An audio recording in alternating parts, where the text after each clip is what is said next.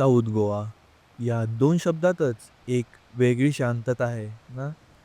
गोव्याचं नाव काढलं की आपल्या डोळ्यासमोर येतात ते धावणारे लोक, मोठ्या आवाजातील म्युझिक आणि गर्दी.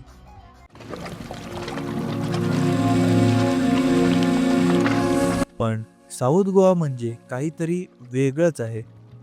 इथे वेळ थांबतो, इथे लाटांचा आवाज संगीतासारखा वाटतो आणि इथे रस्ते माणसांनी नाही तर नारळाच्या झाडांनी भरलेले असतात. आज दिवसभर आम्ही गालगीबागापासून ते पालेलोम पर्यंत फिरणार आहोत. हा प्रवास खूप मजेशीर असणार आहे. हॅलो मित्रांनो, मी राहुल आणि स्वागत आहे तुमचं एक नवीन व्हिडिओमध्ये. तर आता आम्ही आहे पालेलोम बीचवर, जे की गोवामध्ये आहे. आणि आज आम्ही इकडचे बीचेस फिरणार आहेत. भरपूर बीचेस आहे या साईडला, जसं की साऊथ साईडला गालगीबागा वगैरे, तिकडून परत पालेलोमला येणार आहे. तर बघूया कसा असतो एक्सपिरियन्स साऊथ गोवाच्या बीचचा, कारण आम्ही फर्स्ट टाईम साऊथ गोवाला आलेलो आहे. नॉर्थ गोवा आणि ते आम्ही 2-3 वेळा केलेलं आहे, पण साऊथ गोवा फर्स्ट टाईम आहे. तर बघूया कसा असतो एक्सपिरियन्स. माझ्यासोबत माझी वाईफ आहे आणि माझा एक भाऊ आहे अजून, तो तिकडे बाईक आम्ही रेंटवर घेतली तिथे आहे. काल आम्ही रात्री आलो होतो. ही आमची रूम आहे इथे. हे आहे सराउंडिंग्स. तिकडे बीच आहे जस्ट बाजूलाच. स्वतः खाली जाईल मी, त्यावर बीच दाखवतो.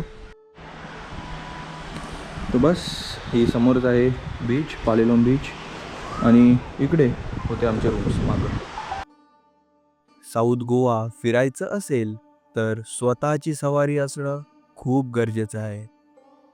कारण इथल्या प्रत्येक कोपऱ्यात लपलेले सौंदर्य शोधायला टॅक्सी परवडत नाही आणि बसची वाट बघत बसणं आपल्या स्वभावात नाही.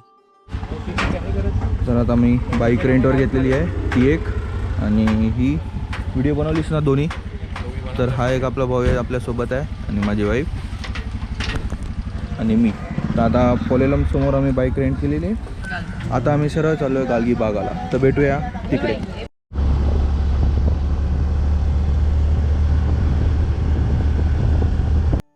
साऊथ गोव्यात फिरताना एक महत्त्वाची गोष्ट लक्षात ठेवा. इथे पेट्रोल पंप शोधणं म्हणजे एखादा खजिना शोधण्यासारखं आहे. आता इथे पेट्रोल भरण्याचे 2 पर्याय आहेत. पहिला, लोकल दुकान. तुम्हाला रस्त्यावर छोट्या दुकानांमध्ये अशा बाटल्यांमध्ये पेट्रोल भरलेलं दिसेल. इथे तुम्हाला लिटर मागे 20 ते 30 रुपये जास्त द्यावे लागतात. दुसरा पर्याय म्हणजे प्रॉपर पेट्रोल पंप. आमचा सल्ला हाच राहील की जेव्हा तुम्ही तुमची सफर सुरू करता तेव्हाच पेट्रोल पंप शोधून टँक फुल करून घ्या.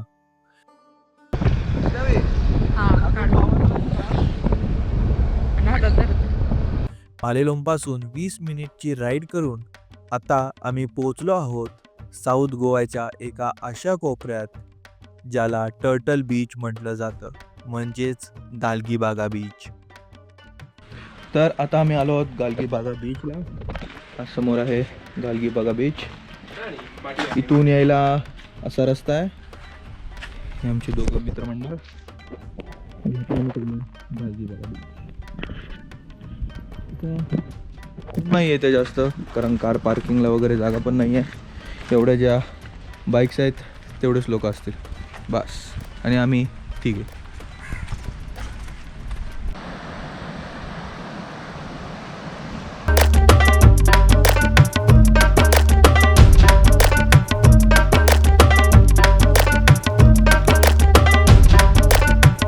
तर आता आलो आहेत आम्ही.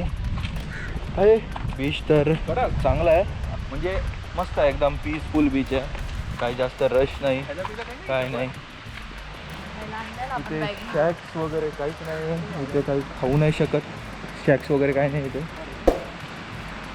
ओके, ह्याला टर्टल बीच पण बोलतात, म्हणून आम्ही इकडे आलेलो आहे बघायला. इकडे आहे सीगल आणि हे आहे टर्टल नेस्टिंग बीच गालगीबागा. मोस्टली आम्ही त्याच्यासाठीच आलो की इथे टर्टल बीच पण बोललं जातं आहे गालगीबागा बीचला. तर बघू आपल्याला कुठे दिसतो का.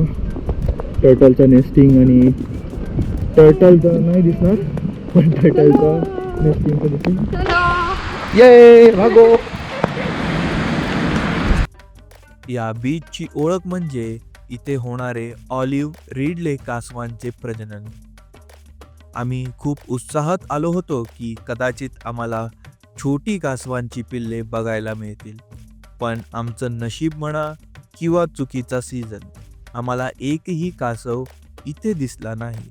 पण जरी कासव नसली तरी या बीचची शांतता ती मात्र आम्ही भरभरून अनुभवली. इथे फक्त तुम्ही आणि समुद्राचा तो अथांग आवाज.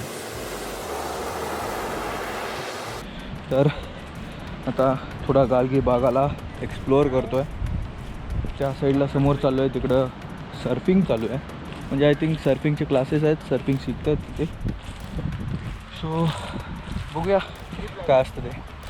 टर्टलचे नेस्ट तर काही दिसले नाही, मे बी आम्ही ऑफ सीझनला आहे और बीच वेगळा आहे, पण तिथेच नाव होतं टर्टल बीच म्हणून. ठीक आहे. सो आता बघूया सर्फिंग कसे करतायत ते. तर आम्ही गेलो होतो सर्फिंग बघायला, पण आम्ही जाताच त्यांनी बॅकअप करून घेतलं.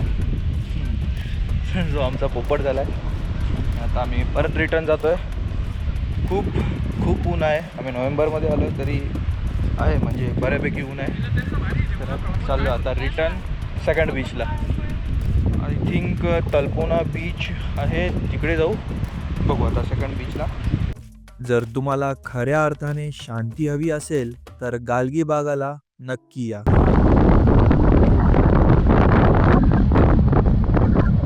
गालगी बागाची शांतता अनुभवल्यानंतर आता भूक जोरात लागली होती, म्हणून आम्ही आलो तल्पोना बीचवर.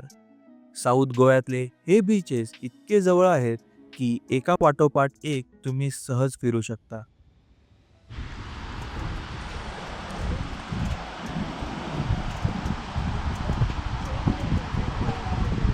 दुपारची वेळ होती, ऊन थोडं वाढलं होतं, म्हणून आम्ही एका छानशा बीच शॅक्सवर आश्रय घेतला. तर आता आम्ही आहे तल्पोना बीचला. बस इथे आम्ही जेवायला बसलो आहे. समोर तल्पोना बीच आहे. तर आम्ही जेवायला लोकल घेतो आहे. तर काय घेतलं वैष्णवी आपण जेवायला? चिकन शाकुती. हां बरं, चिकन शाकुती. आणि व्हेजमध्ये हा व्हेज आहे. तर तू काय घेतलं आहे भावा? फिश थाली.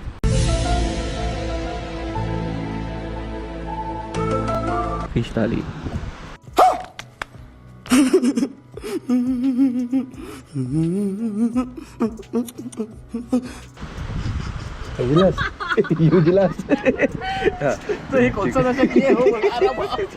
इथं बोलते हा व्हेज आहे फिश थाली. 132 ऍक्शन. आणि हा आपला भाऊ व्हेज खातो. मग तू काय घेतलंय? वेज थाली. तर मग ह्याने घेतली व्हेज थाली आणि आम्ही चिकन शाकुती आणि चपाती. आणि नंतर बघू राईसमध्ये काय घेतो आहे, कारण इथं रोटी वगैरे तर नाही आहे.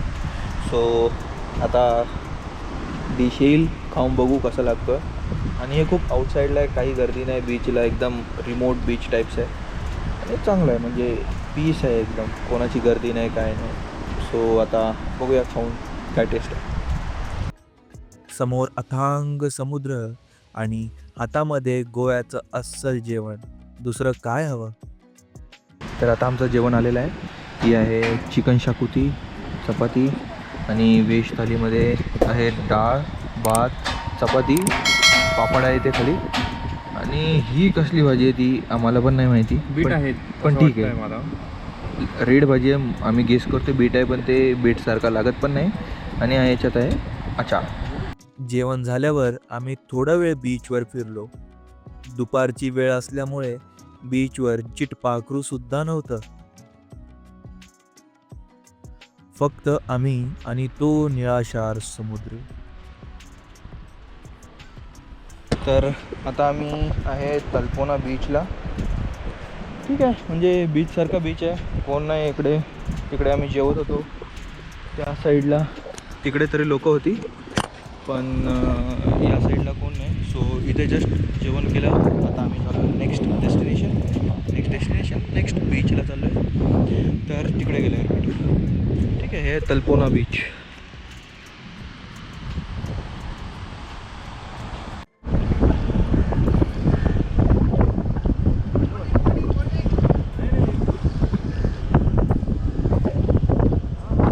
तल्पोना बीचवरून निघालो आणि पुढचा स्टॉप होता राजबाग बीच. हा बीच खूप सुंदर आणि क्लीन आहे. पण खरं सांगू का, दुपारचे 2 वाजले होते आणि ऊन इतकं रणरणत होतं की वाळूत पाय ठेवणं सुद्धा कठीण झालं होतं. इथे फोटो काढायची खूप इच्छा होती, पण उन्हामुळे आमची पूर्ण बॅटरी डाऊन झाली होती.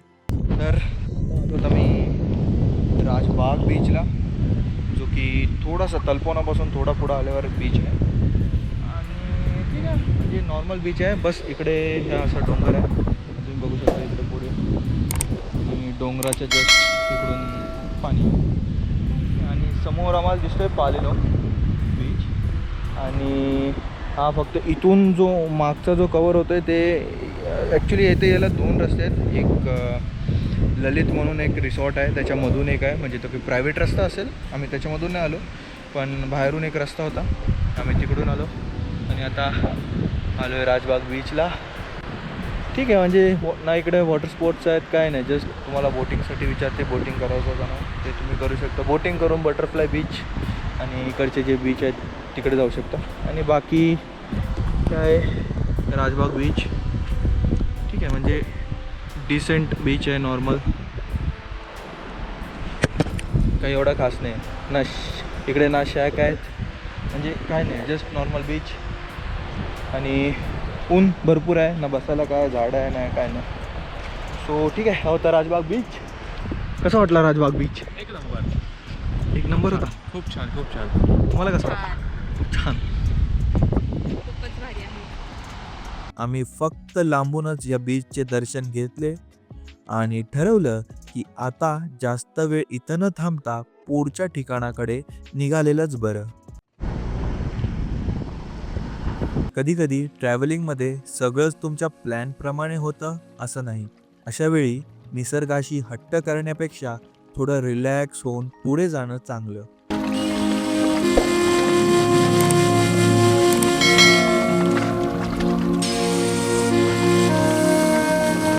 राजबाग बीचच्या त्या कडक उन्हातून आम्ही पळत पळत आलो आणि पोचलो पाटनेम बीचवर. इथे वाईब पालेलोम सारखीच आहे, पण पालेलोमपेक्षा थोडी जास्त शांतता आहे इथे. तुम्ही मागे बघू शकता, इथे शॅक्स आहेत, म्युझिक आहे आणि थोडीफार गर्दी सुद्धा आहे. पण ही गर्दी टोचणारी नाही, तर ती सुखावणारी आहे. जर तुम्हाला साऊथ गोव्यात बीचच्या साईडला अगदी जवळ राहायचं असेल तर पाटनेम हा एक बेस्ट पर्याय आहे.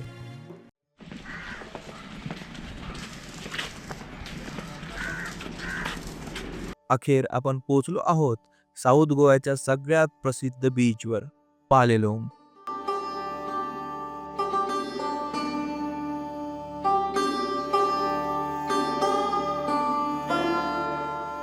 पण इथे आल्यावर आम्ही डायरेक्ट बीचवर न जाता एका अशा जागी निघालो आहोत जी अनेक जण मिस करतात. त्याचं नाव आहे शार्क हेड पॉइंट. इथे जाण्यासाठी तुम्हाला पालेलोमच्या अगदी कोपऱ्यात जावं लागतं. आणि हे बघा, वाटेत लागते ही छोटीशी खाडी किंवा एक छोटी नदी. थोडं पाणी आहे, पण इथून पलीकडे गेल्याशिवाय मज्जा नाही. पाय थोडे भिजलेत, थोडी कसरत होते, पण अशा एका छोट्या साहसाशिवाय ट्रिप पूर्ण कशी होणार? तर आता आलो आहे आम्ही पालेलोम बीचच्या जवळ शार्क हेड पॉईंट बघायला. त्यासाठी ही जी खाडी आहे किंवा पाणी, नदीचं पाणी येते, तो क्रॉस करून इकडे, आणि मग या साईडला आहे शार्क हेड पॉईंट. सो बघूया काय आहे ते. आणि तो जस्ट इथून तुम्हाला पालेलोम बीचवरून वॉक करत तिकडे यायला लागतं. सो ते ऑलरेडी अवेलेबल आहे गुगल मॅपवर, तुम्ही डायरेक्ट लोकेशन टाकून पण येऊ शकता. आणि बस इथं काय जस्ट हेच आहे, म्हणजे नॉर्मल एक दगड आहे असा टोकदार, त्याच्यावर शार्कचा फोटो बनवला आहे. पण हा इकडे येण्यासाठी असा ॲडव्हेंचरस रस्ता आहे, म्हणजे ही नदी क्रॉस करून इकडे यायचं. ॲक्च्युली बॅकवॉटर्स आहे ते, पण तो क्रॉस करून इकडे यायला लागतं. ठीक आहे, बघू शकता तुम्ही प्रॉपर असा इथे दगड आहे शार्कच्या शेपमध्ये. आणि इथं जस्ट ड्रॉइंग केलेलं होतं पण ते आता तिथे काहीच नाही आहे. इथे जास्त गर्दी नसते, त्यामुळे शांतपणे फोटो काढायला आणि समुद्र अनुभवायला ही बेस्ट जागा आहे. पण लक्षात ठेवा, इथे दगड थोडे निसरडे असू शकतात, त्यामुळे येताना जपून या. आणि हो, भरती येण्यापूर्वी परत निघालेलं बरं. तर हे बघा असं जायला लागतं शार्क पॉईंटसाठी. पाणी जास्त काही खोल नाही, म्हणजे ऑलमोस्ट गुडघ्या एवढा असेल. नॉर्मली बघा आता याचा जेवढा पाय जातोय ना, बस तेवढाच पाय जाईल, काही एवढा खोल नसतो. शार्क हेड पॉइंटवरून परत आल्यावर आमची नजर गेली त्या रंगीबिरंगी होड्यांकडे, म्हणजेच कयाकिंग. तर आता आमचा प्लॅन आहे कायाकिंग करायचा. ही जी बोट आहे कयाक, तिच्यामध्ये पालेलोममध्ये आलात आणि कयाकिंग केलं नाही तर तुमची ट्रिप अपूर्ण आहे असं समजा.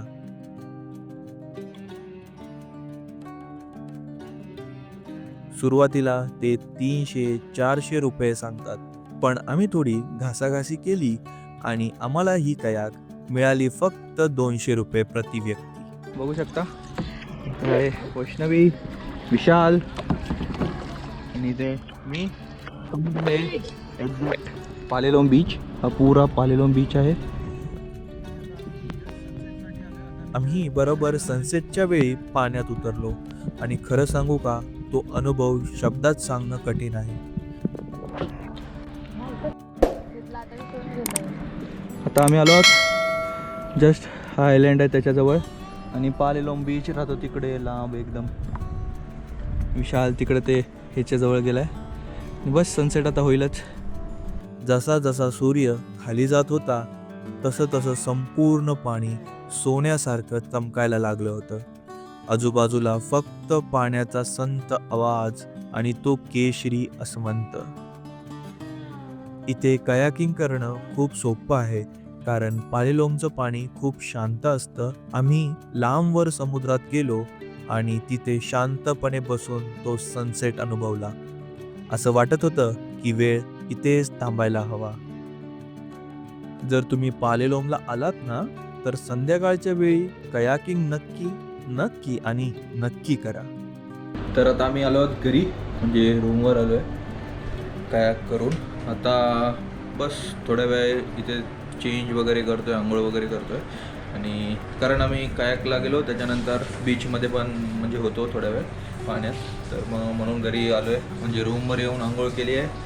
आता चाललो आहे शॅक्समध्ये जरा बसू आणि तिथेच मग जेवून घरी येऊ.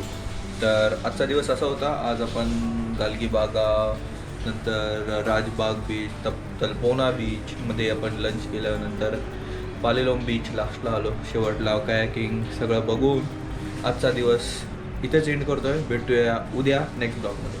तर आय होप तुम्हाला ही व्हिडिओ आवडली असेल तर चॅनलला नक्की सबस्क्राईब करा, व्हिडिओला लाईक करा, आणि जो कोण गोव्याचा प्लॅन करत असेल त्यांना ही साऊथ गोवाची व्हिडिओ नक्की शेअर करा. तर भेटूया पुढच्या व्हिडिओमध्ये. बाय.